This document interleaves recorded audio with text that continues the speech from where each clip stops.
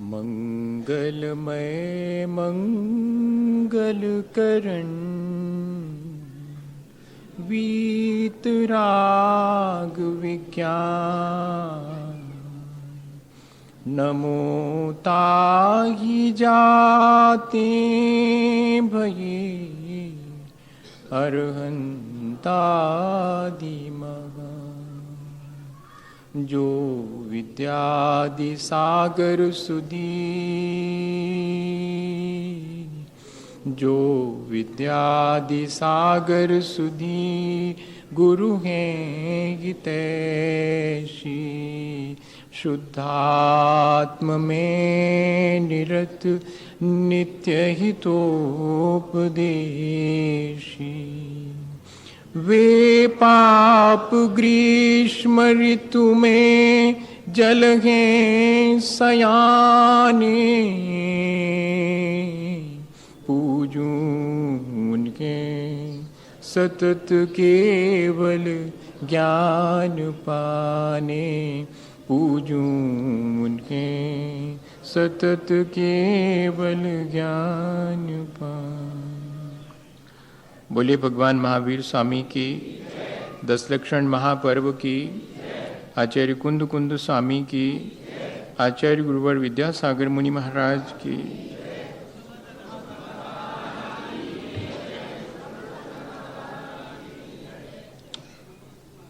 हम सभी लोगों ने पिछले दिन जब बैठे थे तो अपने जीवन में क्रोध ना आवे इस बात की तैयारी कैसे की जाए इस पर विचार किया था। हमारे मन में कोमलता बनी रहे, हम विषम परिस्थितियों में कठोर न हो पावें, इस बात पर भी हमने विचार किया है। और कल जब हम बैठे थे तो हमने इस बात पे विचार किया था कि हम अपने ही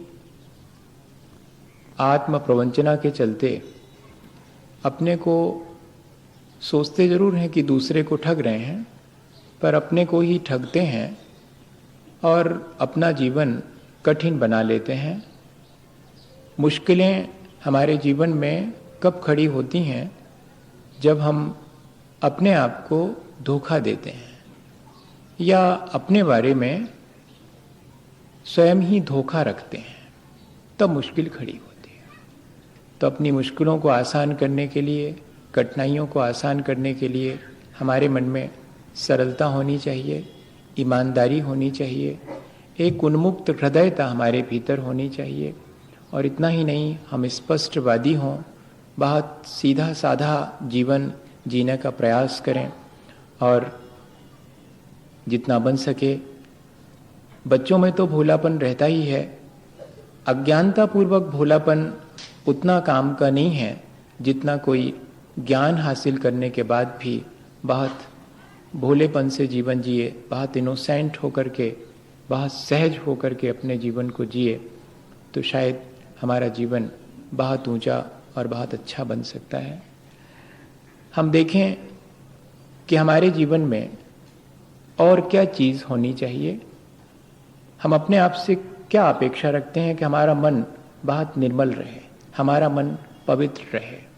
हम दूसरे से भी यही अपेक्षा रखते हैं कि हमारा मन, दूसरे का भी मन निर्मल रहे, हमारे बारे में दूसरा अच्छा सोचे।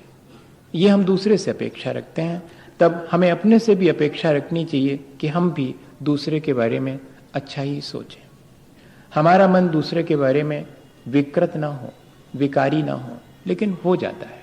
हम इस पर विचार करें कि कैसे हम अपने मन को मलिन ना होने दें और जो मलिनताएं हमारे भीतर हैं उनको कैसे हटाएं और कैसे हम अपने जीवन को, अपने मन को, अपनी वाणी को, अपने कर्म को, सबको पवित्र बनाएं। सुचेर भावो शौचम।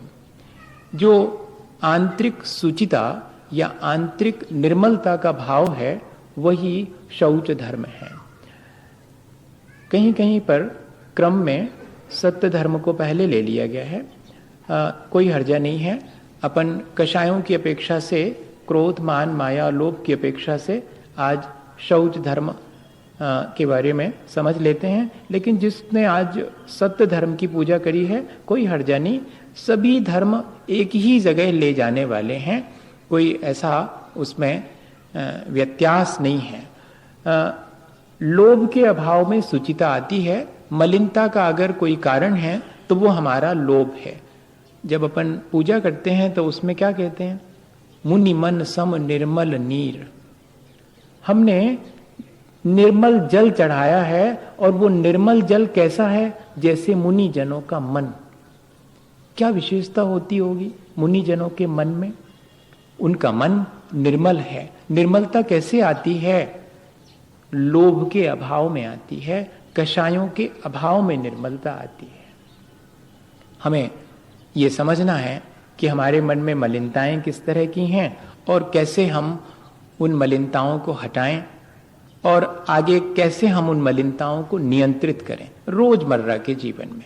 मलिनताएं तीन ही तरह की अगर देखें गौर से तो हमारे भीतर हैं। यह लोभ हमारे भीतर तीन ही तरह का है। चौथे तरह का लोभ जब जागृत होता है तब अपन ऐसे बैठ जाते हैं, पर यह बहुत कम जागृत होता है। नहीं होता, ये भी तो लोभ ही है। दो बातें धर्म की सुनूं जिससे कि मेरा अपना आत्मा का कल्याण हो, मैं इस संसार के दुखों से बच सकूं, ये लोभ जागृत हुआ है तब ना अपन यहाँ आके बैठे हैं। पर ये कभी कभी जागृत होता। वैसे अपन को तीन प्रकार का लोभ तो हमेशा घेरे रहता है। धन पैसे का लोभ जितना बढ़ता चला जाए उतना ही कम मालूम पड़ता है। लोभ के साथ ये दिक्कत है कि जितना लाभ होता है उतना लोभ बढ़ता चला जाता है। ये उसकी अपनी तासीर है, क्या करें, उसका नेचर है। हमें समझ लेना चाहिए इस चीज को। एक व्यक्ति हमको मिले थे गोटे गांव में, तो वो कहते थे कि 65 रुपए से दुकानदारी शुरू करी थी, हमको बंटवारे में उतने ही रुपए मिले थे। महाराज फिर क्या करें, ऐसा हमारा कोई अच्छे भले कर्म का उदय आया कि वो 65,500 हो गए, और फिर 65,000 हो गए, और आज 65 लाख हो गए। लेकिन मन में भावना है कि 65 करोड़ हो जाएं। वो खुद कहते हैं कि महाराज पहले मेरे पास धर्म ध्यान करने के लिए बहुत मन करता था और बहुत समय भी होता था, लेकिन आज मेरे मन में धर्म ध्यान करने का भाव थोड़ी देर को आता है, पर मेरे पास समय नहीं है। अब तो पहले मैं रुपया कमाता था, लेकिन अब तो मैं मशीन हो गया हूं, रुपए कमाने की मशीन हो गया। उन्हें इस बात का बहुत दुख होने के बाद भी अब बहुत मुश्किल है कि वो बच सकें, क्योंकि लोभ की तासीर है कि जैसे जैसे लाभ बढ़ता है वैसे वैसे लोभ और बढ़ता चला जाता है। धन पैसे का लोभ हम सबको है। हमें क्या करना? क्या छोड़ दें हम अभी जाकर के? कोई छोड़ देगा? इतने पर्यूषण तो हो गए, इतने 10 लक्षण तो हो गए, छोड़ा क्या? लोभ पर कितने प्रकार से नहीं सुना होगा। ठीक है, सवाल सिर्फ इतना है कि मेरे को कितनी आवश्यकता है उतना रख लूं, उसके अलावा की आसक्ति ना रखूं। क्या इतना काम नहीं कर सकते अपन? या कि मैं उस लोभ की दिशा को बदल दूं, मैं धर्म ध्यान में अपना ज्यादा समय लगाऊं ताकि मैं धन पैसे के लोभ से उतनी देर तो बच सकूं। अच्छा बताओ, इतनी देर अपने पास करोड़ों रुपया है, इस बात का ख्याल आया? है सो है, रखे होंगे घर में, अभी तो हमें कुछ भी नहीं करना। उतनी देर के लिए हम उस लोभ से बच सके, ऐसा भी उपाय तो हम कर ही सकते हैं। और दूसरा लोभ होता है अपने पुत्र और अपने परिवार का, और तीसरा लोभ होता है समाज में अपनी प्रतिष्ठा का। पुत्रेष्णा, वित्तेष्णा, लोकेष्णा, तीन ही प्रकार के लोभ हैं, और इन्हीं से सारा संसार बना हुआ है। हमें विचार करना चाहिए कि अगर हम इन तीनों को नियंत्रित कर सकें तो हमारा मन उतना ही उज्जवल हो जाएगा, उतना ही निर्मल हो जाएगा। मलिनताएं, ये तीनों चीजें, इन तीनों का लोभ मेरे मन को मलिन करता है। बस इतना सा काम करना है और कोई बहुत बड़ी चीज नहीं करनी। मुझे बहुत बड़ी बड़ी कहानी वो वाली नहीं सुनानी कि लोभ पाप का बाप बखाना, वो सबको मालूम है क्या होता सुनने से। किसको नहीं मालूम है कि लोभ से सिवाय दुर्गति के आज तक किसी का कुछ हुआ है? किसको नहीं मालूम? मुझे बताओ, आपको नहीं मालूम क्या? सबको मालूम है। लोभ जिंदगी पूरी की पूरी नष्ट कर देता है, सबको मालूम है। तो इससे क्या होने वाला है? इससे कुछ काम नहीं बनने वाला। काम तो इससे बनने वाला है कि मैं लोभ को किस तरह से नियंत्रित करूं, मैं लोभ को कैसे जीत सकूं। मेरे जीवन में संस्कार अनादि काल का है, जो चीज दिखाई पड़ती है उसी को ग्रहण करने का मेरे अंदर भाव उत्पन्न होता है। उस स्थिति में मैं क्या करूं, जबकि वो चीज मेरे ज्यादा काम की नहीं है और उल्टा मेरे अहित में कारण बनेगी, ऐसा भी जानता हूं मैं। ये जानबूझ करके मैं कैसे और अंधा हो जाता हूं, इस बात पर विचार करना चाहिए। जिन लोगों ने लोभ करा है उनकी क्या दुर्गति हुई ये भी जानना जरूरी है, लेकिन मैं जो लोभ कर रहा हूं उससे मेरी क्या दुर्गति हो रही है। होगी बाद में, कौन देख के आया अगला जीवन, लेकिन हो रही है वर्तमान में, ये तो दिखाई सबको पड़ता है। पहले एक घर में एक गाड़ी थी, बाहर रखी रहती थी, ज्यादा चिंता नहीं थी। जब से एक और बड़ी गाड़ी लेके आए हैं, अब जब तक गैरेज नहीं बनी है तब तक बाहर रखी रहती है। सो 3 बार बालकनी से रात में नींद जब जब खुलती सो झांक के देखना पड़ता है कि रखी है कि नहीं रखी। एक आफत अपने हाथ से सोच तो रहे थे कि आसानी हो जाएगी, पर लग तो ये रहा है कि जैसे आफत मोल ले ली। क्या ऐसा समझ में नहीं आता अपन को? आता तो है भैया। 4 चीजें जब घर में थीं तो जरा शांति से उसमें ही जीवन चलता था, और आज 400 हैं तब भी जो है मन शांत नहीं है। मन इसके बाद भी जो है अशांत है। इसके मायने हैं कि मुझे इन चीजों को नियंत्रित कर लेना चाहिए। ये बात अपने मन में स्वयं आ जानी चाहिए। और लोभ की तासीर क्या है? आशाएं बढ़ती हैं, आश्वासन मिलते हैं और हाथ कुछ नहीं आता। एक उदाहरण है इसका। एक व्यक्ति को किसी देवता ने प्रसन्न होकर के एक शंख दे दिया था, शंख। और उस शंख की क्या तासीर थी कि नहा धो करके उस शंख को फूको और जितनी इच्छा करो उतना मिल जाता था। हाँ, तो उसको तो बड़ा मजा हो गया। बस नहा धो करके शंख फूका और आकांक्षा करी कि 1000 रुपए, तो 1000 रुपए मिल गए।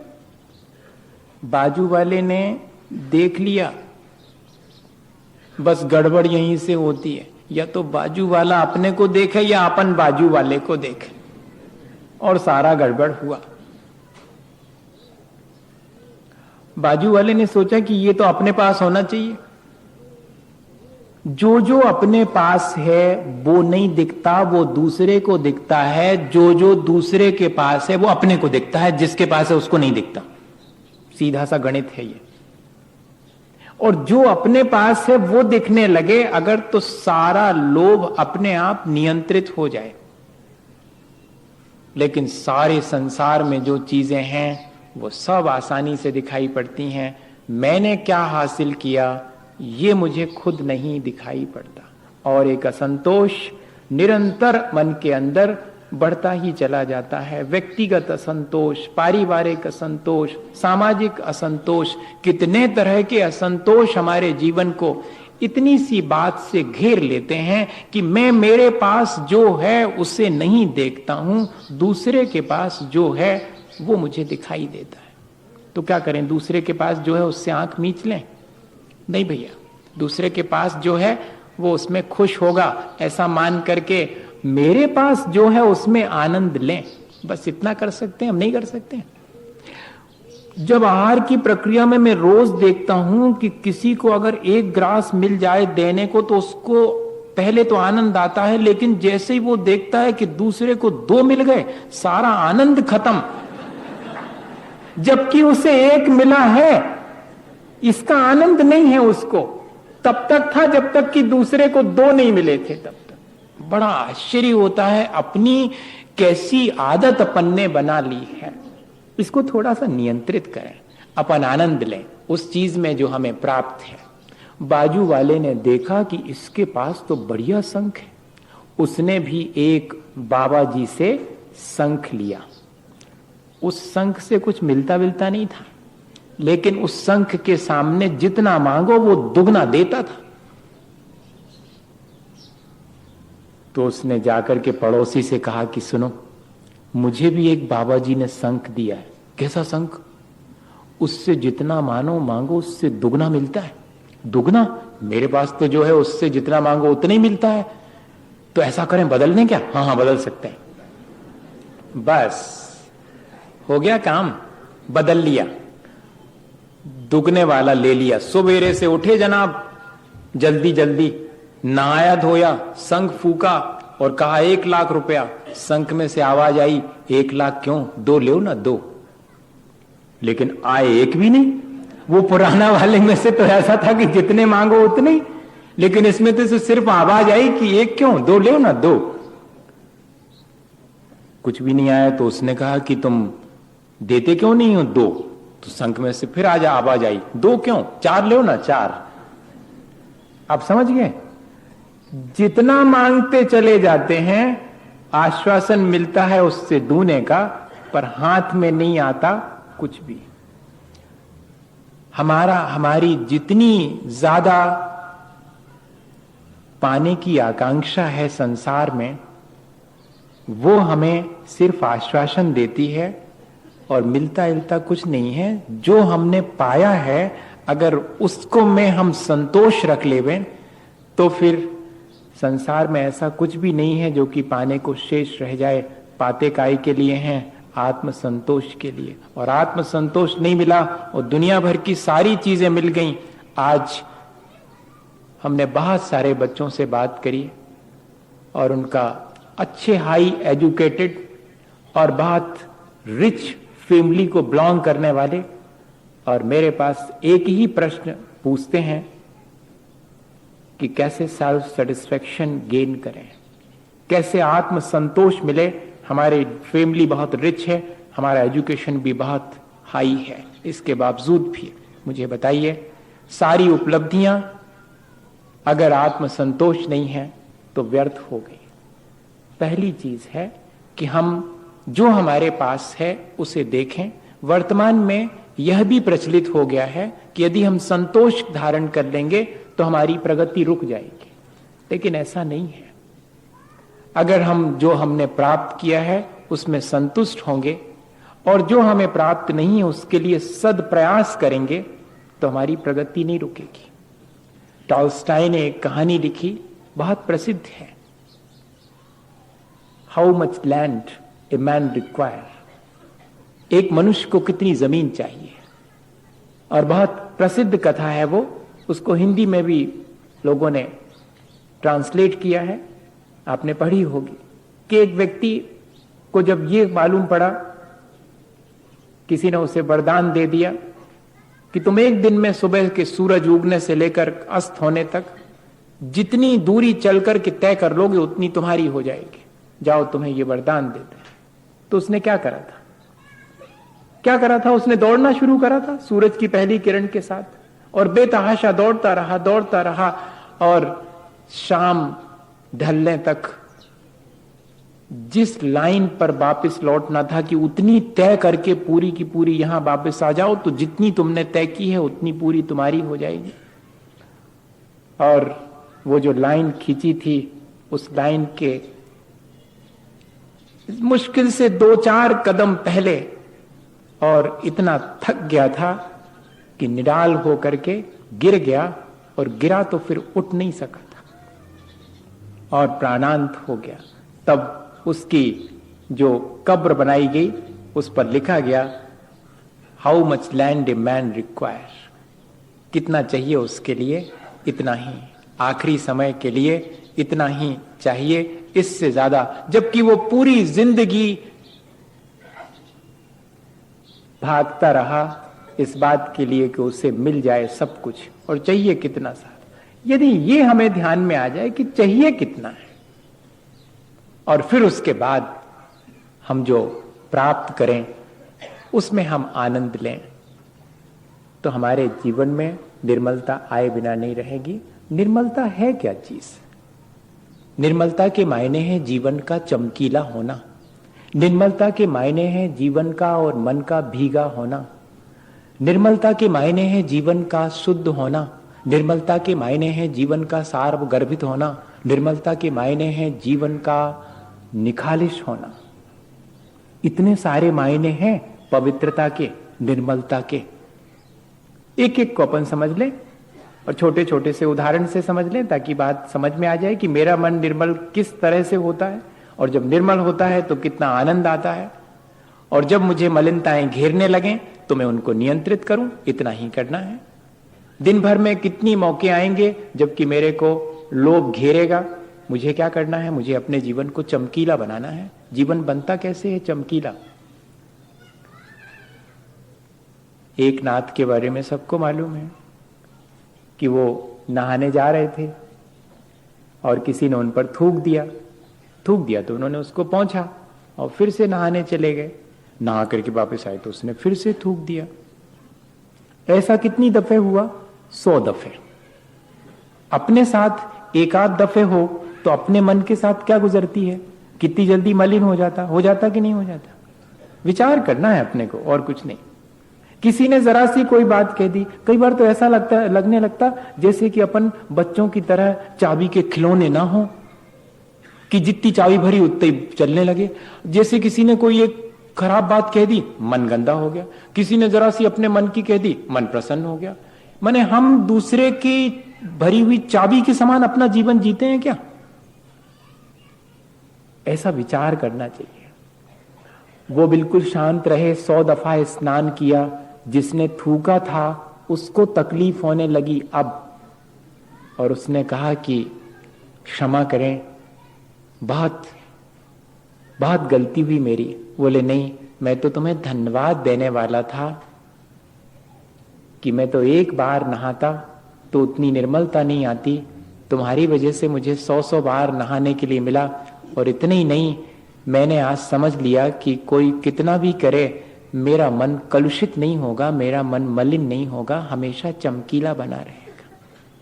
क्या इस तरह हम अपने मन को मलिनता से बचा करके चमकीला बनाए रख सकते हैं? ऐसे सैकड़ों अवसर दिन भर में आते हैं। मानिए एक आध किसी अवसर पर ही सही, 100 अवसर पर हम मलिन हो गए थे, किसी एक अवसर पर तो हमने अपने मन को मलिन नहीं होने दिया, चमकीला बनाए रखा। ऐसा हम कर सकते हैं। मन का भीग जाना क्या कहलाता है? उससे भी हमारा मन निर्मल होता है। जितना भीग जाता है उतना निर्मल हो जाता है मन। जैनेन्द्र कुमार के जीवन का उदाहरण है ये। जानते हैं जैनेन्द्र कुमार कौन थे? बहुत बड़े साहित्यकार थे। अब यंग जनरेशन तो मुश्किल है कि उनको जानती होगी, पर उन्होंने अपने साथ कभी जैन नहीं लिखा, जैनेन्द्र कुमार की लिखा। उनके साथ वैसा कुछ घटित हुआ था, इसलिए उन्होंने अपने साथ जैन जोड़ना बंद कर दिया।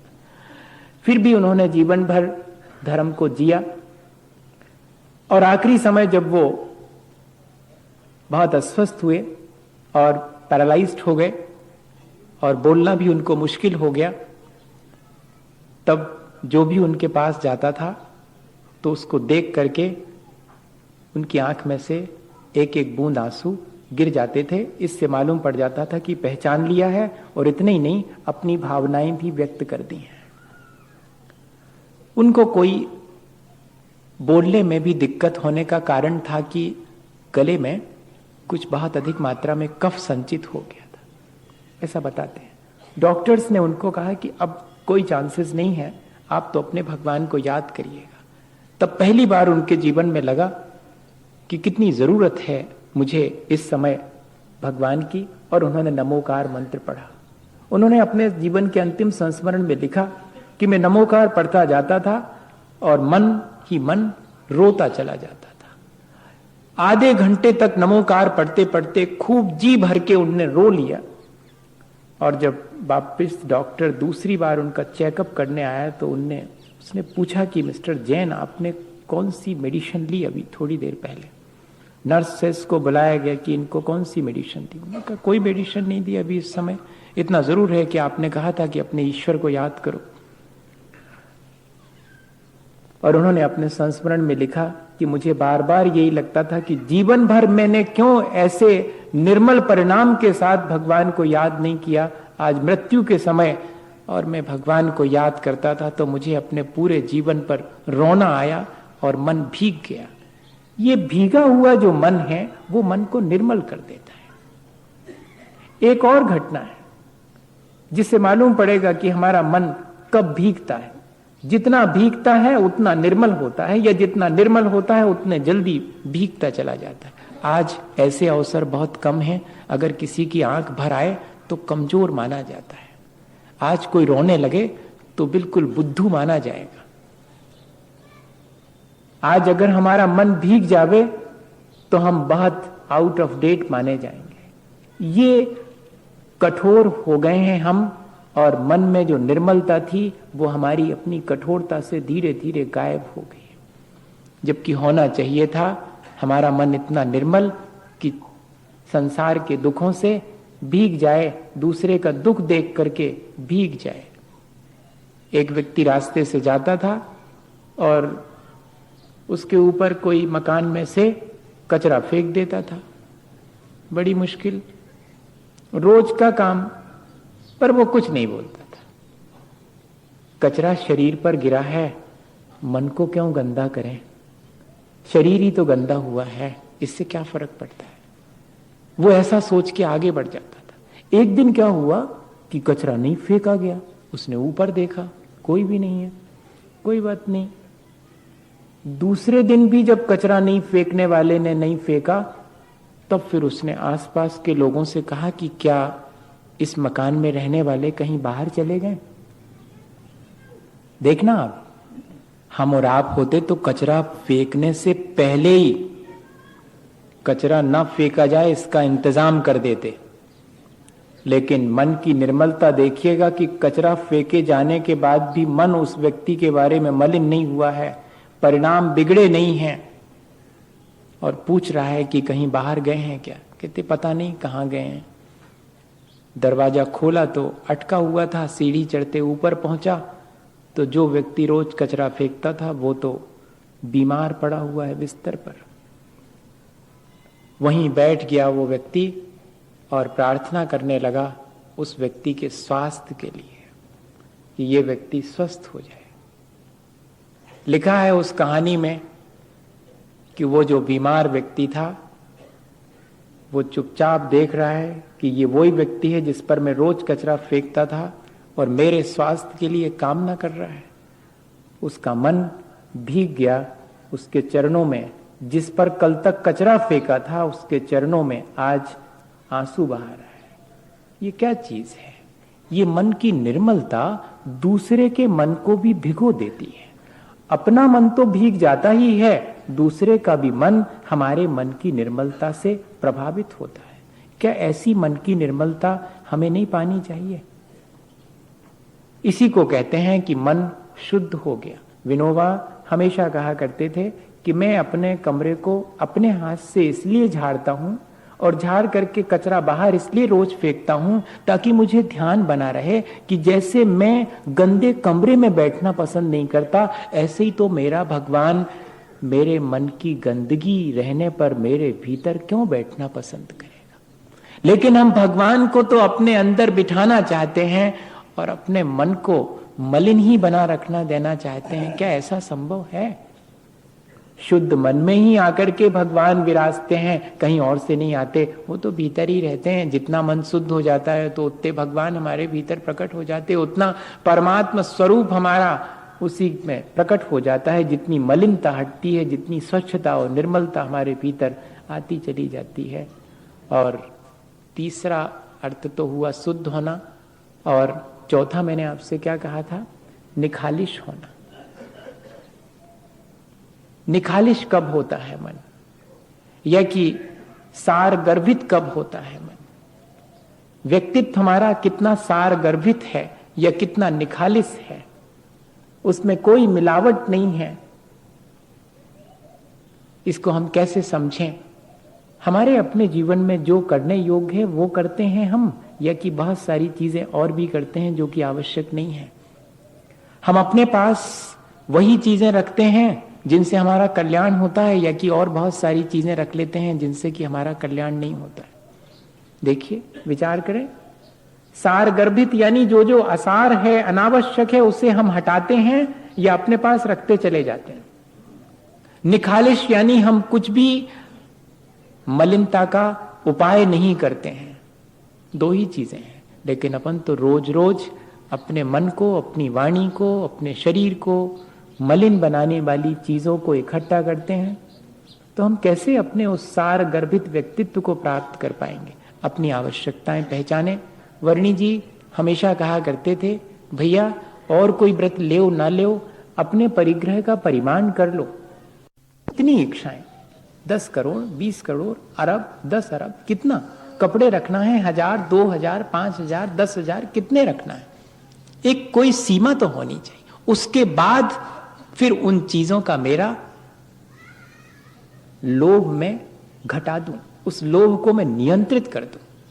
लोभ को नियंत्रित करने का एक ही उपाय है कि मैं देखूं कि मेरे लिए आवश्यक क्या है और उतना ही रखूं, उससे अधिक रखने की आकांक्षा ना रखूं। बाकी सब चीजों में मैं संतोष धारण करूं। दो छोटी छोटी घटनाएं हैं जिनसे मालूम पड़ेगा कि कैसे हम अपने जीवन को संतोषपूर्वक जी सकते हैं और कैसे हम अपने जीवन को सार गर्भित बना सकते हैं, निर्मल बना सकते हैं।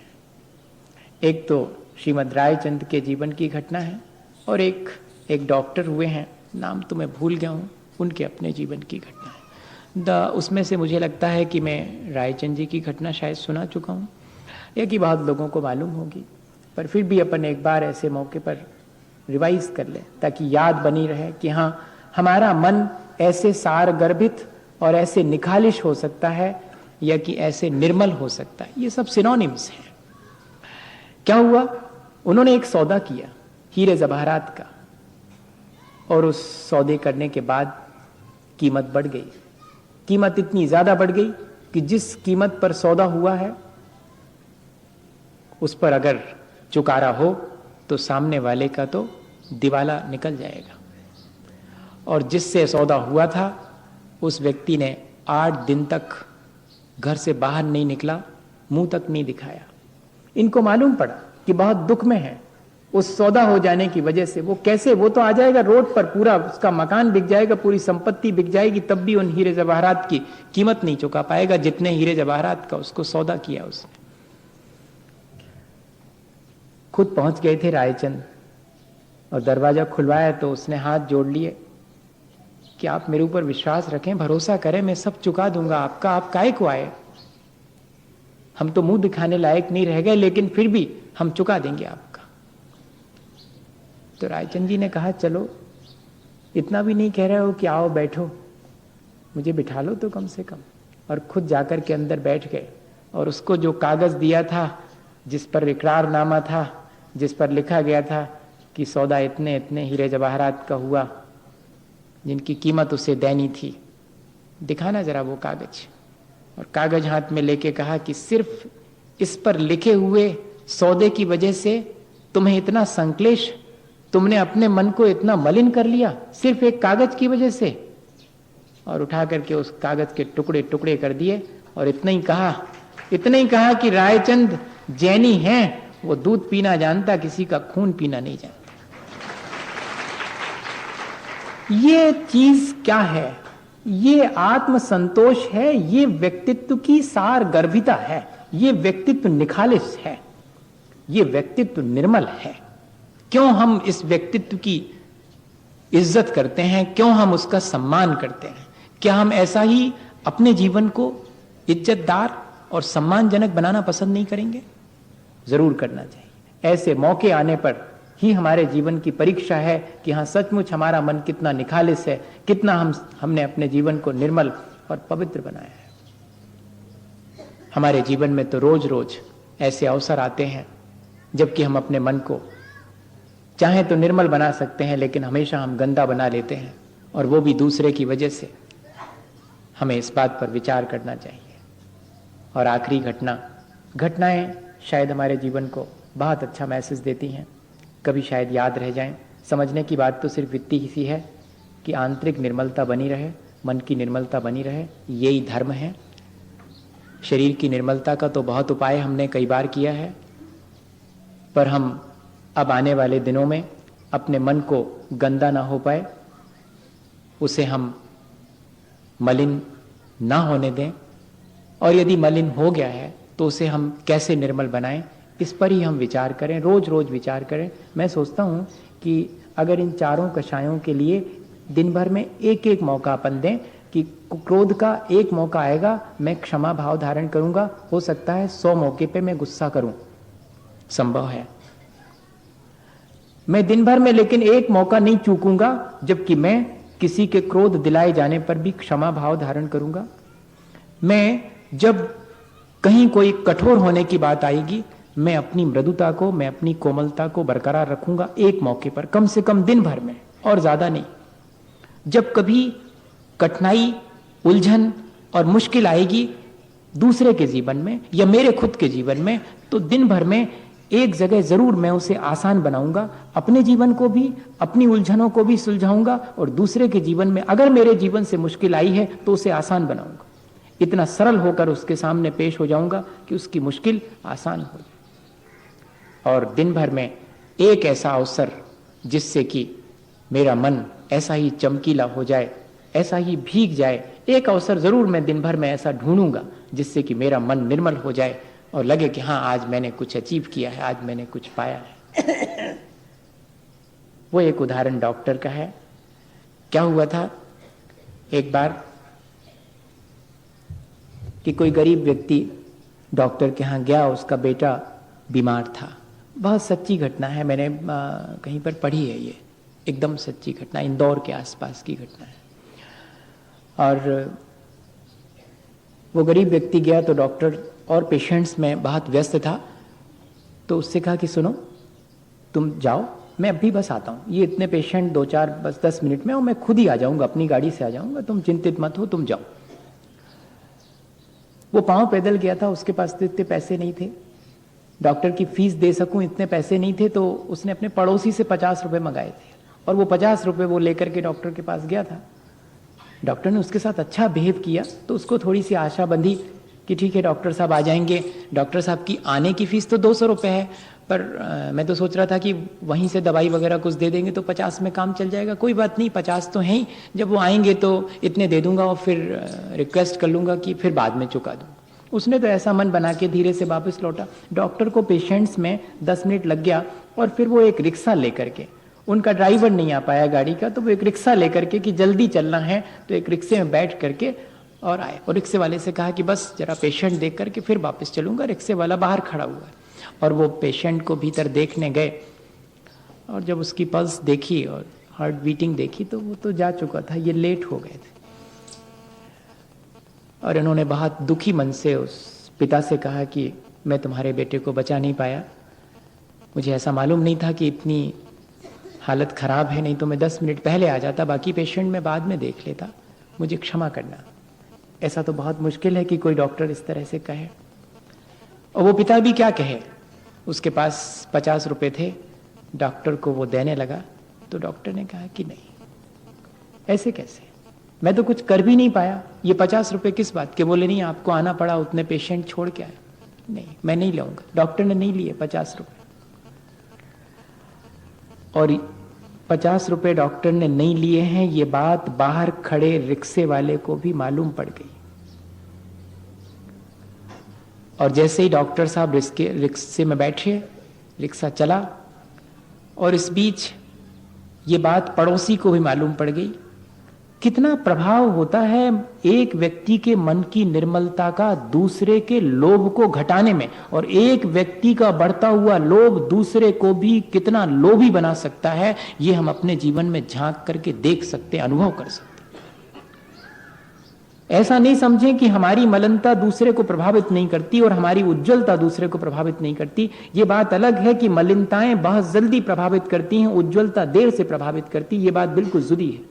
लेकिन उज्ज्वलता प्रभावित करती है, निर्मलता प्रभावित किए बिना रहती नहीं है। पड़ोसी ने वे 50 रुपए जो डॉक्टर ने लेने से इनकार कर दिए थे, स्वयं वापस लेने से इनकार कर दिया कि एक डॉक्टर ने अपनी फीस के 50 रुपए नहीं लिए, तुमने मेरे से 50 उधार लिए थे, मैं भी नहीं लूंगा, तुम्हारा बेटा नहीं रहा, तुम्हें उसका जो भी अंतिम संस्कार करना हो इनसे कर लो, मेरे ये 50 रुपए मुझे नहीं चाहिए। ठीक है, पड़ोसी के पास तो बहुत पैसे थे इसलिए उसने 50 रुपए नहीं लिए, और डॉक्टर के पास भी बहुत पैसे थे इसलिए उसने 50 रुपए नहीं लिए, लेकिन जरा सा आगे बढ़े अपन और रिक्शे में से डॉक्टर नीचे उतरे हैं और उसका पेमेंट करने लगे, तो रिक्शे वाले ने भी हाथ जोड़ लिए कि नहीं चाहिए। तो मालूम डॉक्टर ने क्या कहा कि अरे मेरे पास तो बहुत हैं, तुम्हारे पास तो अगर ऐसे नहीं लोगे तो कैसे काम चलेगा।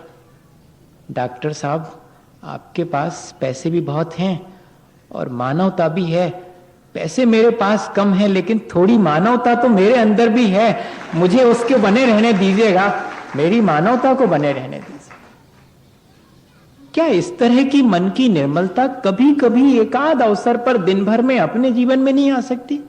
ऐसे अवसर तो अपने जीवन में बहुत आते हैं, लेकिन उन अवसर का अपन लाभ ले लें तो सचमुच में ये लोभ को नियंत्रित करना और आंतरिक निर्मलता को हासिल कराने वाला ये धर्म हमारे जीवन में जरूर आएगा और हमारा जीवन निर्मल बनेगा। इसी भावना के साथ कि हम अपने जीवन को निर्मल बनाएं, बोले आचार्य गुरुवर विद्यासागर मुनि महाराज की।